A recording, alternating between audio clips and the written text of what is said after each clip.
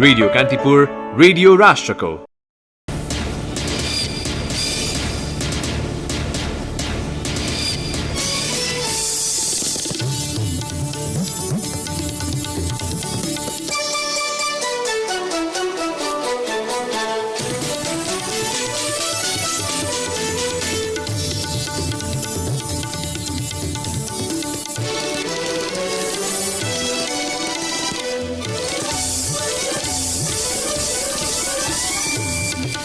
सरकारले 2 वर्षभित्र गरिसक्ने भनिएका अधिकांश कामहरू अधुरै, प्रतिबद्धता अनुसारको काम गर्नेमा भने सुस्तता। नेपाल ट्रस्टको 173 रोपनी जग्गा शंकास्पद मोहीका नाममा बाँडेको भेटियो। छानबिनका लागि सरकारी तथा सार्वजनिक जग्गा संरक्षण सम्बन्धी जाँचबुझ आयोगमा निवेदन। महत्वाकांक्षी बजेट विनियोजन भए पनि आर्थिक गतिविधि सुस्त भएपछि राजस्व सङ्कलन र खर्चमा लक्ष्य निर्धारण, बजेटको आकार समेत घट्यो। कोरोना भाइरस नियन्त्रणमा आएको तत्काल निष्कर्ष निकाल्नु हतारो हुने विश्व स्वास्थ्य संगठनको भनाई। प्रभावित नयाँ बिरामीको संख्यामा भने कमी। र इङ्ल्यान्ड विरुद्धको पहिलो टी20 क्रिकेटमा साउथ अफ्रिकाको रोमाञ्चक जित। अन्तिम ओभरमा निग्लीले लिए 3 विकेट। नमस्कार, कान्तिपुर डायरीबाट सहकर्मी दिवा र म प्रकाश। समाचार अब विस्तारमा। सिंहदरबारभित्रका मन्त्रालय र मुख्य विभागमा केही दिनियता कर्मचारीलाई सरकारको कामको फेरिस्त उतार्न चटारो छ। उपलब्धिको सूची बुझाउन उनीहरूलाई प्रधानमन्त्री कार्यालयले ताकेता गरेको छ। आउँदो शनिबार फागुन 3 गते केपी शर्मा ओलीको नेतृत्वमा सरकार गठन भएको 2 वर्ष पुग्दैछ। त्यही दिन उपलब्धिहरू सार्वजनिक गर्ने तयारी छ। वाम गठबन्धनको चुनावी घोषणापत्रलाई दाँचेर हेर्दा भने यी 2 वर्षमा भएका काम उत्साहजनक देखिँदैनन्। चुनावमा मत माग्दा तत्कालीन एमाले र माओवादी केन्द्रको वाम गठबन्धनले महत्वाकांक्षी घोषणापत्र सार्वजनिक गरेको थियो। घोषणापत्रमै आफ्नो नेतृत्वमा बहुमतको सरकार बने 2, 5 र 10 वर्षभित्र के गर्ने भनेर काम उल्लेख गरिएको थियो। घोषणापत्रमा 2 वर्षभित्र नेपाललाई आधारभूत खाद्यान्न, माछा, मासु, अण्डा र दूधमा आत्मनिर्भर बनाइनेछ भनिएको थियो। तर यिनै वस्तुका लागि अरबौं रुपैयाँ मुलुकबाट बाहिरिरहेको छ। कृषि तथा पशुपक्षी विकास मन्त्रालयको तथ्याङ्क अनुसार आर्थिक वर्ष 2074-75 प्रमुख बाली तथा माछा मासु आयातमा 71 अर्ब र 2075-76 70 अर्ब रुपैयाँ बाहिरियो। घोषणापत्रमा 2 वर्षभित्र भैरहवा विमानस्थल निर्माण पूरा हुने उल्लेख थियो, तर भैरहवा विमानस्थलको काम अझै पूरा भएको छैन। केही समय तलमाथि हुनुलाई अन्यथा नठानिएला, तर प्रतिबद्धता अनुसार काम गर्ने गतिमा देखिएको सुस्तता भने यसले झल्काउँछ। घोषणापत्रमा 2 वर्षभित्र काम पूरा गर्ने अर्को विषय थियो काठमाडौँ पेट्रोलियम वाहनलाई विद्युतीय वाहनले प्रतिस्थापन गर्ने। यो काममा कुनै प्रगति छैन। पेट्रोलियम सवारीकै आयात बढिरहेको छ। घोषणापत्रमा द्वन्द्व पीडित परिवारलाई क्षतिपूर्ति, पुनर्स्थापना र परिपूरणको बाँकी प्रक्रिया 2 वर्षभित्र सम्पन्न गरिनेछ भनिएको थियो। यसमा केही प्रगति भएन। उल्टै सत्य निरूपण तथा मेलमिलाप आयोग र बेपत्ता छानबिन आयोग विवादले झण्डै 1 वर्ष पदाधिकारीविहीन भए। ठूल्ठूला महत्वाकांक्षी योजनासँगै जनताका दैनिक जीवनमा प्रभाव पार्ने खालका काम गर्ने प्रतिबद्धता पनि घोषणापत्रमा थिए, तर दैनिक जीवनमा प्रभाव पार्ने काम पनि सर्वसाधारणले अनुभूति गर्ने खालको प्रगति छैन। तत्कालीन एमाले र माओवादी केन्द्रको संयुक्त चुनावी घोषणापत्रमा कूटनैतिक विषय सम्बद्ध 2 प्रमुख बुँदा थिए। भारतसँगको सम्बन्ध पुनर्व्याख्या र सीमा समस्या समाधान। भारतसँगको सम्बन्धलाई महत्वपूर्ण स्थान दिएर वाम घोषणापत्र सन् 1950 को सन्धि लगायतका सबै असामान्य सन्धि र सम्झौता पुनरावलोकन गरी राष्ट्रिय हित र आवश्यकता अनुसार प्रतिस्थापन गरिनेछ। सीमा समस्याको समाधान र सीमा नाकाको व्यवस्थापनका लागि कूटनैतिक पहल गरिनेछ। यी 2 दलले चुनाव जितेर सत्तारोहण गरेको 2 वर्षमा यी विषयमा बहस मात्र भइरहेका छन्, परिणाम देखिएका छैनन्। घोषणापत्रमा नेपाल भारत संयुक्त प्रबुद्ध व्यक्ति समूह इपिजी भन्ने शब्द प्रयोग नगरिए पनि यही संकेतका रूपमा सन्धि सम्झौता पुनरावलोकन गर्ने भनिएको थियो। तर इपिजी गठनपछि उसले आफ्नो अध्ययन प्रतिवेदन गरेको 1 वर्ष बित्नै लाग्दा पनि यो स्वीकार्य बन्न सकेको छैन। एमाले र माओवादी केन्द्र एकतापछि बनेको नेकपाका सांसद तथा कूटनैतिक जानकार दीपक प्रकाश भट्ट भने कामको गति अघि नबढेको देखिए पनि नेपाल सरकारले काम गरिरहेको दावी गर्नुहुन्छ। उहाँले भन्नुभयो इपिजीको प्रतिवेदन कुनै एक देशले बुझेर मात्र हुँदैन, त्यसमा दुवै मुलुकको भूमिका उत्तिकै हुन्छ। एपीजी प्रतिवेदनलाई लिएर दुई पक्षबीच अब हुने बैठकमा समीक्षा हुन आवश्यक छ। यसबीचमा भारतले नेपालको लिपुलेक, कालापानी र लिम्पियाधुरालाई आफ्नो पट्टी पारेर नयाँ राजनैतिक नक्सा जारी गरिसकेको छ। कार्तिक 17मा जारी गरिएको सो नक्साले नेपालमा ठूलै तरंग ल्याएको छ। कूटनैतिक जानकार गेजा शर्मा वाग्ले वाम गठबन्धनले चुनावका बेला जनताको भोट पाउनका लागि मात्र राष्ट्रवादी नारा लगाएको जस्तो देखिएको बताउनुहुन्छ। सत्तारूढ दल नेकपा तत्कालीन एमाले र माओवादी केन्द्रको संयुक्त चुनावी घोषणापत्रको मुख्य मुद्दा मध्ये एउटा थियो संक्रमणकालीन न्याय। घोषणापत्रको 12औं नम्बरमा लेखिएको थियो सत्य निरूपण तथा मेलमिलाप आयोग र बेपत्ता व्यक्ति सम्बन्धी आयोगका कामलाई यथाशीघ्र सम्पन्न गर्न आवश्यक वातावरण मिलाइनेछ। द्वन्द्व पीडित परिवारलाई क्षतिपूर्ति, पुनर्स्थापना र परिपूरणको बाँकी प्रक्रिया 2 वर्षभित्र सम्पन्न गरिनेछ। नेकपाले चुनाव जितेर सरकार गठन गरेको 2 वर्षमा न संक्रमणकालीन न्यायमा कुनै पनि प्रगति थपियो, न पीडितहरूको कुनै परिपूरण वा न्याय पाए। उल्टै सरकार आफ्ना माग नसुन्ने र नटेर्ने रणनीतिमा लागेको आरोप पीडितहरूले लगाउन थालेका छन्। संक्रमणकालीन न्यायमा यो सरकारले कार्यकालको पहिलो वर्ष सत्य निरूपण तथा मेलमिलाप र बेपत्ता छानबिन आयोगका पदाधिकारीको म्याद थपेरै चित्त बुझायो। थपिएको म्याद पनि काम गर्न नसकेपछि 2 वर्ष सरकारले दुवै आयोगका पदाधिकारीलाई बर्खास्त गर्ने गरी ऐन संशोधन गर्यो। गत वैशाखदेखि खाली भएका दुवै आयोगमा नयाँ पदाधिकारी चयन गर्ने काममा 10 महिना बित्यो। अन्ततः पूर्व प्रधान न्यायाधीश ओम प्रकाश मिश्रको सिफारिस समितिको निर्णय अनुसार सरकारले दुवै आयोगमा पदाधिकारी नियुक्त गर्यो। 3 साता अघि काम थालेका दुवै आयोगका पदाधिकारी कार्यालयको काम बुझ्ने प्रक्रियामै छन्। सत्य निरूपण आयोगका अध्यक्ष गणेश दत्त भट्ट भन्नुहुन्छ, हामी नयाँ छौं, केही समय त कुरा बुझ्न लाग्ने नै भयो। अहिले हामी पहिला भएका कामको सूक्ष्म अवलोकन गर्ने क्रममै छौं। छिट्टै पीडितहरूसँग सल्लाह गरेर अघि बढ्छौं। पीडितहरू भने सर्वोच्चको फैसला अनुसार ऐन संशोधन नभएसम्म दुवै आयोगका पदाधिकारीसँग परामर्श नगर्ने अडानमा छन्। द्वन्द्व पीडित साझा चौतारीका संस्थापक अध्यक्ष सुमन अधिकारी भन्नुहुन्छ, 5 वर्ष अघि आयोग गठन हुँदा जस्तो अवस्था थियो अहिले पनि उस्तै छ। सरकार र दलका प्रतिबद्धता हात्तीका देखाउने दाँत मात्रै जस्ता भए। अब ऐन संशोधन नभएसम्म हामी सरकार र आयोग दुवैका कुरा सुन्दैनौं। तत्कालीन विद्रोही माओवादी र सरकार बीचको विस्तृत शान्ति सम्झौताका 2 महत्वपूर्ण पक्ष सेना समायोजन र संविधान निर्माण पूरा भए पनि तेस्रो अर्थात् संक्रमणकालीन न्याय जहीँको त्यही छ। शान्ति सम्झौतामा अन्तरिम संविधान जारी भएको 6 महिनाभित्र सत्य निरूपण आयोग गठन गर्ने र 2 वर्षभित्र द्वन्द्वका समयमा भएका मानवाधिकार उल्लङ्घनका घटनामाथि छानबिन टुङ्गो लगाउने बाचा गरिएको थियो। प्रधानमन्त्री केपी शर्मा ओली नेतृत्वको मन्त्री परिषदको पहिलो एउटा निर्णय थियो 2 वर्षभित्र प्रत्येक स्थानीय तहमा प्राविधिक शिक्षाको पहुँच विस्तार गरिसक्ने। यो निर्णय गरेकै 2 वर्ष भइसक्दा पनि पुनः कार्यान्वयनमा आएको छैन। वाम गठबन्धनको चुनावी घोषणापत्रमा समेत गैर प्राविधिक विषयमा 30% र व्यावसायिक तथा प्राविधिक विषयमा 70% जनशक्ति विकसित गर्ने गरी शिक्षा नीति परिवर्तन गर्ने उल्लेख थियो। तर 2 वर्षको अवधिमा प्राविधिक शिक्षाको पहुँच विस्तार गरिएका पालिकामा समेत पूर्वाधार र शिक्षक अभाव उत्तिकै देखिएको छ। तत्कालीन एमाले र माओवादी गठबन्धनले प्राविधिक तथा व्यावसायिक शिक्षाका लागि साधन स्रोतले युक्त पर्याप्त भौतिक संरचनाहरू निर्माण गर्ने प्रतिबद्धता जनाएको थियो। शिक्षा मन्त्रालयको तथ्याङ्क अनुसार 27.36% स्थानीय तहमा प्राविधिक धारको शिक्षा विस्तार हुन सकेको छैन। 753 स्थानीय तह मध्ये 547 वटामा मात्र प्राविधिक एसएलसी, डिप्लोमा र प्राविधिक धारको कक्षा 9 देखि 12 मा पठन पाठन हुने गरेको छ। यसबाहेक उच्च शिक्षामा प्राविधिक शिक्षामा पढाइ हुने विश्वविद्यालय र प्रतिष्ठान मातहतका 280 क्याम्पस रहेका छन्। प्राविधिक शिक्षामा पहुँच बाहिरका पालिकामा प्राविधिक शिक्षालय खोल्न सरकारले 2076-77 को बजेटमा 26 करोड रुपैयाँ विनियोजन गरेको थियो।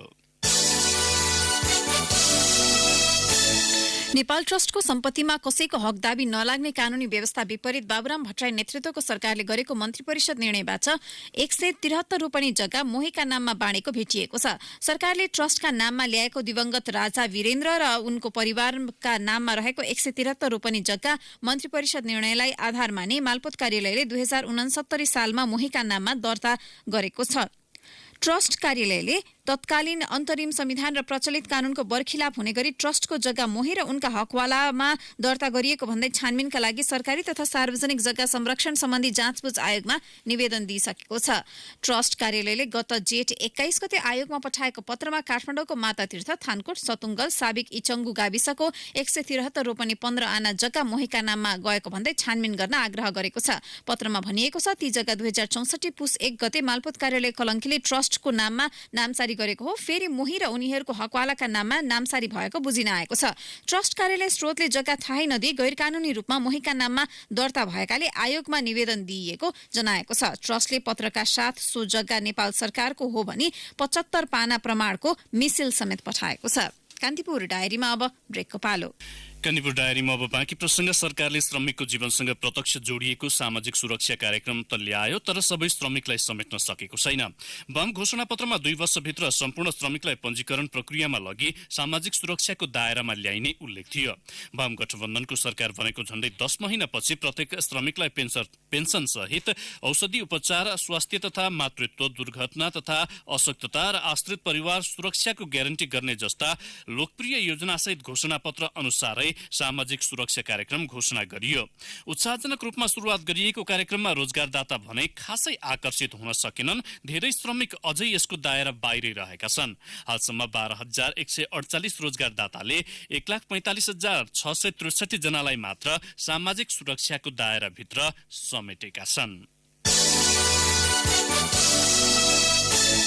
नेकपाका अध्यक्षहरू केपी शर्मा ओली र पुष्पकमल दाहालले केन्द्रीय सदस्यहरूको मर्यादाको सीमा मिचेको निचोड निकालेका छन्। गत माघ 15 देखि 19 गतेसम्म काठमाडौँमा चलेको केन्द्रीय कमिटी बैठकका निर्णयबारे जानकारी गराउन जारी गरिएको अन्तर्पार्टी निर्देशनमा उनीहरूले केही केन्द्रीय सदस्यले मर्यादा उल्लङ्घन गरेको उल्लेख गरेका हुन्। अन्तर्पार्टी निर्देशनमा भनिएको छ अधिकांश कमरेडहरूले मर्यादा र अनुशासनको सीमाभित्र रहेर बैठकलाई सफल पार्न महत्वपूर्ण योगदान गर्नुभएको छ, तर केही कमरेडहरूबाट भने विचार व्यक्त गर्ने क्रममा मर्यादाको सीमा मिचिएको छ। बैठकमा पार्टी नेताहरूले आलोचना गर्न पाउने भए पनि भाषाको प्रयोग र प्रस्तुति मर्यादित हुनुपर्ने उनीहरूले जनाएका छन्।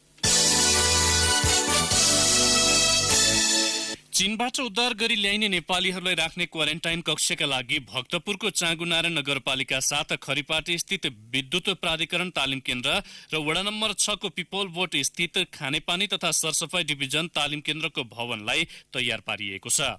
कोरोना भाइरसको संक्रमण फैलिएको चीनको हुवेई प्रान्तमा रहेका नेपाली विद्यार्थीलाई स्वदेश फर्काउने तयारी गरेको सरकारले 14 दिन क्वारेन्टाइनमा राख्ने जनाएको छ। चीनबाट 180 विद्यार्थीलाई नेपाल फर्काइँदैछ।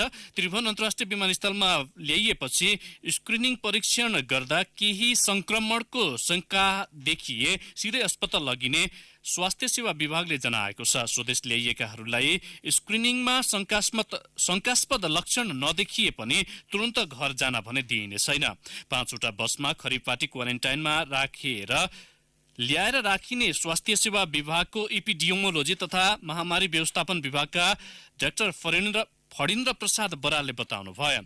कोरोना प्रभावित चीनको हुवेई प्रान्तमा रहेका 180 जना नेपाली विद्यार्थी लगायतलाई फिर्ता ल्याउन नेपाल वायु सेवा निगमको व्हाइट बडी विमान शनिबार दिउँसो 2:45 बजे काठमाडौँबाट त्यसतर्फ जाने भएको छ।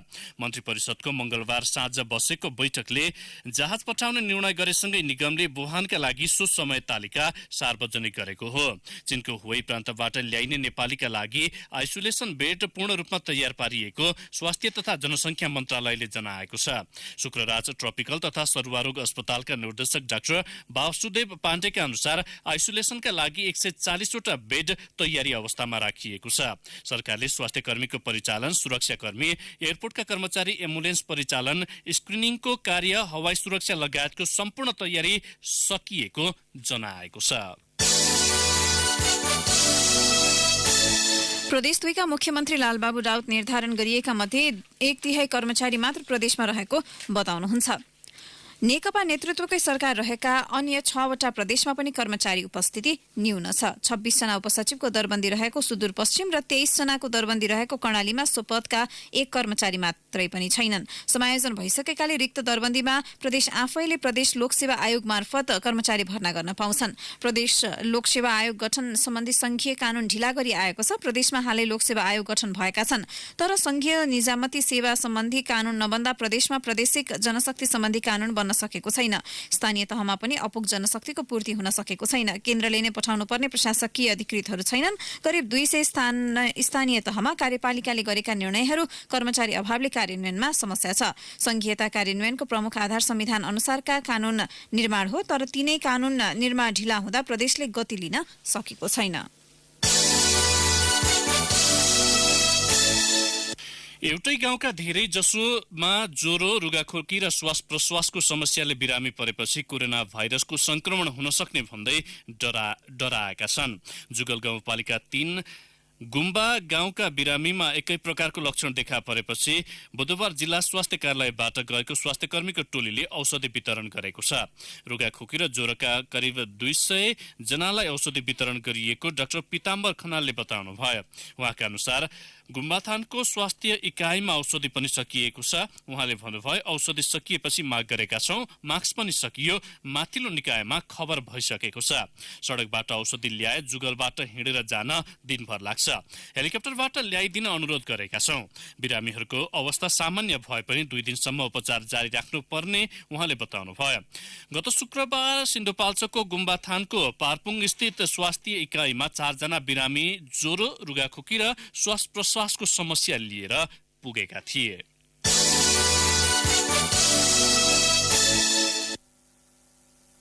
आसन्न महाधिवेशनसम्म कांग्रेसले क्रियाशील सदस्यता बढाएर 7.5 लाख पुर्याउने लक्ष्य लिएको छ। केन्द्रीय कार्य समितिको हिजोको बैठकले हाल कायम गरेका सदस्यताको 50% थप्न सकिने निर्णय लिएको हो।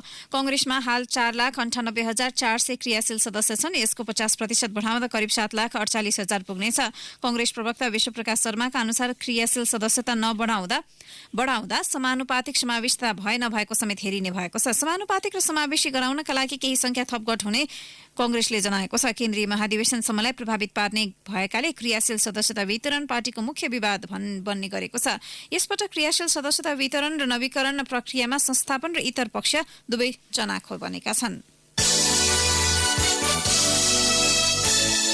भौतिक पूर्वाधार तथा यातायात मन्त्रालयले देशभर सबैभन्दा बढी दुर्घटना हुने क्षेत्रबारे अध्ययन थालेको छ। यसका लागि मन्त्रालय अन्तर्गत पूर्वाधार महाशाखाका सहसचिव प्रमिला बज्रोचार्यको संयोजकत्वमा 9 सदस्यीय सडक सुरक्षा अध्ययन समिति गठन गरिएको छ। समितिले सवारी दुर्घटनाको कारण र न्यूनीकरणका उपायबारे प्रतिवेदन तयार गरी अध्ययन गर्नेछ।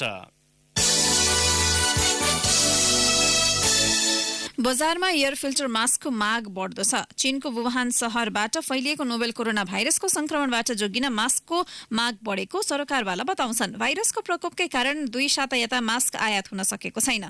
बजारमा मास्क पाइँदैन पनि। अहिले नेपालमा 2 उद्योगले मात्रै मास्क उत्पादन गरिरहेका छन्। तिनले यहाँको माग भने धान्न सकेका छैनन्। त्यसैले आयातकै भर पर्नु परेको उद्योगी बताउँछन्। काठमाडौँको बौद्धमा नवीन श्रेष्ठले हालै पेपर मास्क उद्योग सञ्चालनमा ल्याउनु भएको छ। उहाँले उद्योगले दैनिक 2000 देखि 3000 थान मास्क उत्पादन गर्छ। अर्को उद्योग खडानन्द पाण्डेले रूपन्देही बुटवलमा स्थापना गर्नु भएको छ, जसले कटनको मास्क बनाइरहेको छ। उहाँको उद्योगले अहिले दैनिक 800 थान मास्क उत्पादन गर्छ। उद्योगी श्रेष्ठले भन्नुभयो, हामीले उद्योग सञ्चालनमा ल्याएको धेरै भएको छैन। हातले चलाउने मेसिन हो। दिनमा 3000 थान भन्दा बढी उत्पादन गर्न सक्दैनौँ। 25 लाख रुपियाँको लगानीमा उद्योग सञ्चालनमा ल्याएको उहाँले बताउनुभयो। उहाँको उद्योगमा उत्पादन हुने मास्कको मूल्य 3 देखि 5 रुपियाँ पर्छ। आयातित पेपर मास्कको मूल्य भने 1 रुपियाँ 80 पैसादेखि 3 रुपियाँसम्म पर्ने जानकारी उद्योगीले दिएका छन्। प्रोत्साहनको अभावमा स्वदेशी उत्पादन लागत बढी पर्दा महँगो हुन जाने उद्योगीको भनाइ छ। ललितपुर महानगरपालिकाले आवास क्षेत्र शङ्खमूलमा विद्युतीय शवदाह गृह बनाउन लागेको भन्दै स्थानीय बासिन्दाले विरोध जनाएका छन्। उनीहरूले हिजो ललितपुरका प्रमुख जिल्ला अधिकारी र काठमाडौँ उपत्यका नगर विकास प्राधिकरण जिल्ला आयुक्तको कार्यालय ललितपुरमा ज्ञापन पत्र बुझाएका छन्। स्थानीय मडिटोल सुधार समितिका अध्यक्ष राजेन्द्र तण्डुकारले शवदाह गृहको विरोध नभई छनौट गरिएको स्थानमा आफूहरूको असहमति रहेको उल्लेख गर्नुभयो। कान्तिपुर डायरीमा पुनः ब्रेकको पालो। ब्रेकपछि कान्तिपुर डायरीमा अब आर्थिक प्रसङ्ग। महत्वाकांक्षी बजेट विनियोजन, आर्थिक गतिविधि सुस्तता र 6 महिनामा प्रगति शून्य भएपछि सरकारले यस वर्षको बजेट घटाउँदै राजस्व सङ्कलन र खर्चमा नयाँ लक्ष्य निर्धारण गरेको छ। जेठ 15 मा ल्याएको बजेटको आकार 9.6% घटाउँदै अर्थमन्त्री युवराज खतिवड़ाले खर्च, राजस्व सङ्कलन, वैदेशिक सहायता र आन्तरिक तथा वैदेशिक ऋणको नयाँ लक्ष्य निर्धारण गर्नुभएको हो। यस वर्षका लागि 15 अर्ब 32 15 खर्ब 32 अर्ब 96 करोड 71 लाख विनियोजन गरेको बजेट खर्च बाँकी 6 महिनामा 13 खर्ब 85 अर्ब 96 करोड 36 लाख मात्रै हुने लक्ष्य निर्धारण गरिएको हो। 11 खर्ब 12 अर्ब 3 करोड राजस्व सङ्कलन गर्ने भनिएकोमा करिब 5% घटाई 10 खर्ब 56 अर्ब 70 करोड रुपियाँ मात्रै सङ्कलन गर्न सक्ने नयाँ लक्ष्य छ। पूर्व अर्थ सचिव शान्तराज सुवेदीले भन्नुभयो, बजेट र राजस्व लक्ष्य नै अति महत्त्वकांक्षी रहेकाले यसलाई लगातार संशोधन गर्नु परेको कारण भएको बताउनुभयो। दोस्रो कारण पुँजीगत खर्च नभएकाले आर्थिक गतिविधि बढेको छैन। आयात समेत कम हुँदै गएपछि सरकारलाई राजस्व सङ्कलनमा निरन्तर समस्या परेको हो। अर्को कारण 2/3 व्यापारमा निर्भर रहनुपर्ने मुलुक भारतको आर्थिक मन्दीले नेपाललाई समेत असर गरेकाले सरकारका लक्ष्यलाई असर गरेको उहाँको भनाइ छ। मध्यावधि समीक्षामा जनाइएको अनुसार साउन पुसको 6 महिनामा जम्मा 15% मात्रै पुँजीगत खर्च हुन सकेको छ। वार्षिक लक्ष्यको 41% मात्रै राजस्व सङ्कलन भएको छ।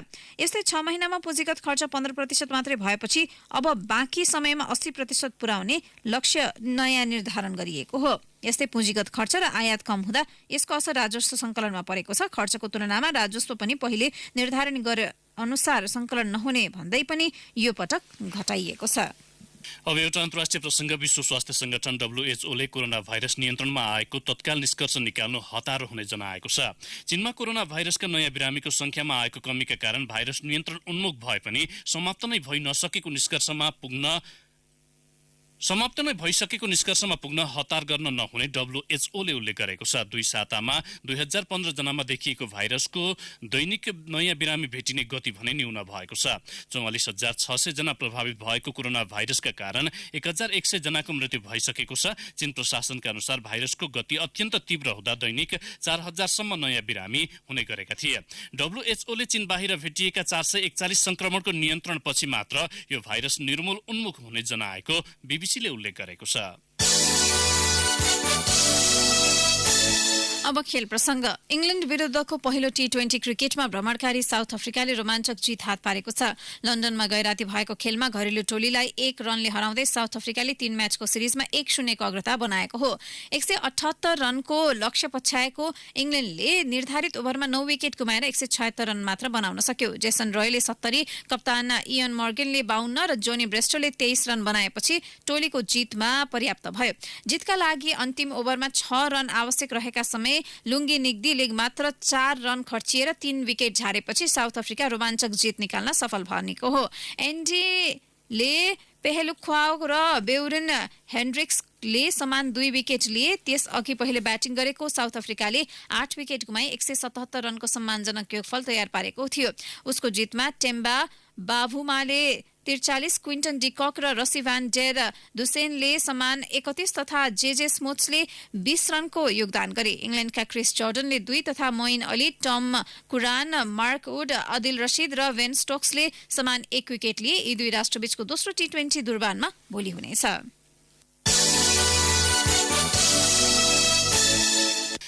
अब मौसम सम्बन्धी जानकारी। काठमाडौँ उपत्यका सहित मुलुकका अधिकांश स्थानमा आज मौसम सफा रहने जल तथा मौसम पूर्वानुमान महाशाखाले जनाएको छ। पहाडी भूभागमा भने आंशिक बदलीको सम्भावना छ। केही बेर अघि 5.3 डिग्री सेल्सियस मापन गरिएको काठमाडौँ उपत्यकाको अधिकतम तापक्रम आज 23 डिग्रीसम्म पुग्नेछ। सूर्योदय केही बेर अघि 6:43 भयो भने सूर्यास्त भरे साँझ 5:53 हुनेछ। हवस् त कान्तिपुर डायरीको यो बुलेटिन यही सकिन्छ। दिवा र प्रकाश आज्ञा माग्छौं। नमस्कार। सूचना र मनोरञ्जनको सम्वाहक रेडियो राष्ट्रको रेडियो कान्तिपुर।